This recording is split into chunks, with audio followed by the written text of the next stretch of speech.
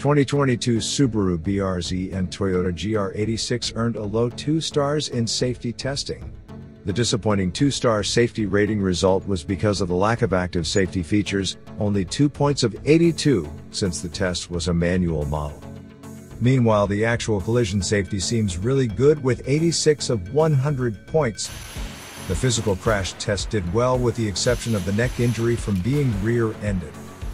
At the end of the video you will find the full score of each test.